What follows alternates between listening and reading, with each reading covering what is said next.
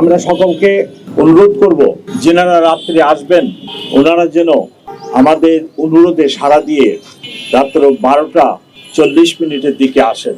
সকলকে অনুরোধ করব, সবাই যেন বেদিতে পুষ্পমাল্য দেওয়ার সময় যথাযথ শৃঙ্খলা মেনে চলেন। প্রতি বছরের ন্যায় এবছরও শহীদ দিবস ও আন্তর্জাতিক মাতৃভাষা দিবস আগামীকাল অর্থাৎ আজ রাত 12:01 উদযাপিত হতে যাচ্ছে। পরম শ্রদ্ধা ভরে পুরা জাতি এই দিবসটি পালন করবে। ঢাকাতে প্রতি বছরের ন্যায় শহীদ মিনারে একই ধরনের নিরাপত্তা ব্যবস্থা আয়োজন করা হয়েছে।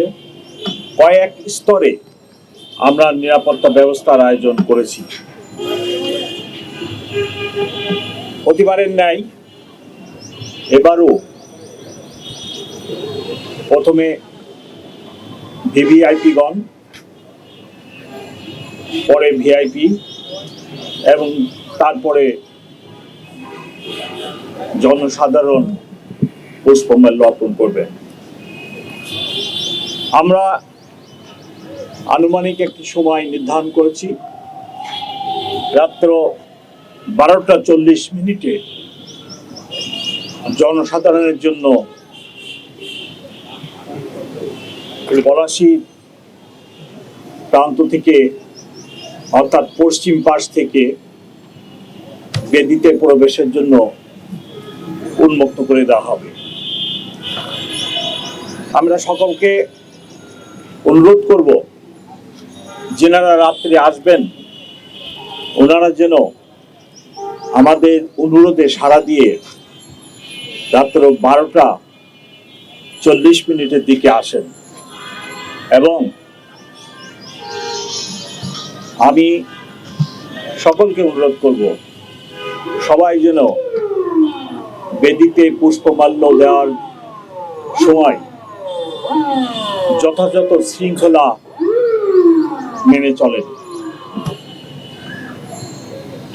কোন এক সময়ে সাধারণ মানুষের সমাগম এবং প্রবেশ অনেক ভিড় হয়।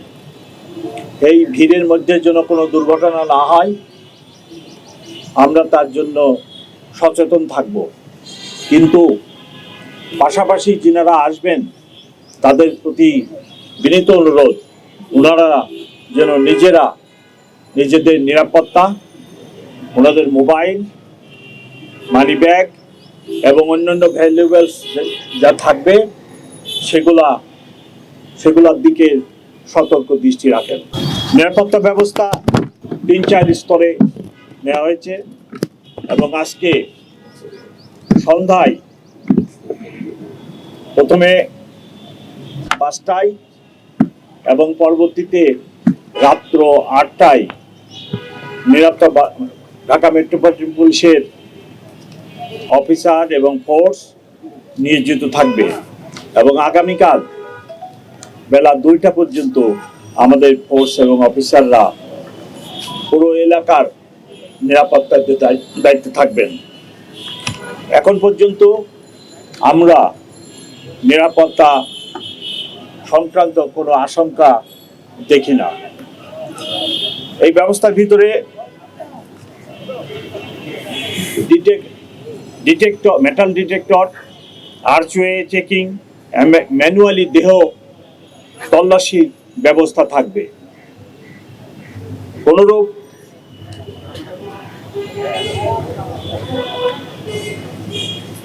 কার্য পদার্থ বা বিস্ফোরক বা এরূপ কোনো কিছু যাতে নিয়ে কেউ প্রবেশ করতে না পারে তার জন্য আমাদের ব্যাপক ব্যবস্থা থাকবে। আপনারা জানেন প্রচুর লোক সমাগম হয়, সেই জন্য সবাইকে ধৈর্য ধারণ করতে হবে। সাথে সাথে শহীদ মিনারের চতুর্পাশে 1 কিলোমিটার রেডিয়াসের ভিতরে আমাদের বিভিন্ন মোবাইল টিম সতর্ক অবস্থায় নিরাপত্তা ব্যবস্থা নিশ্চিত করবে। সাথে সাথে এই ব্যবস্থার সাথে ট্রাফিক ব্যবস্থাও সংযুক্ত আছে।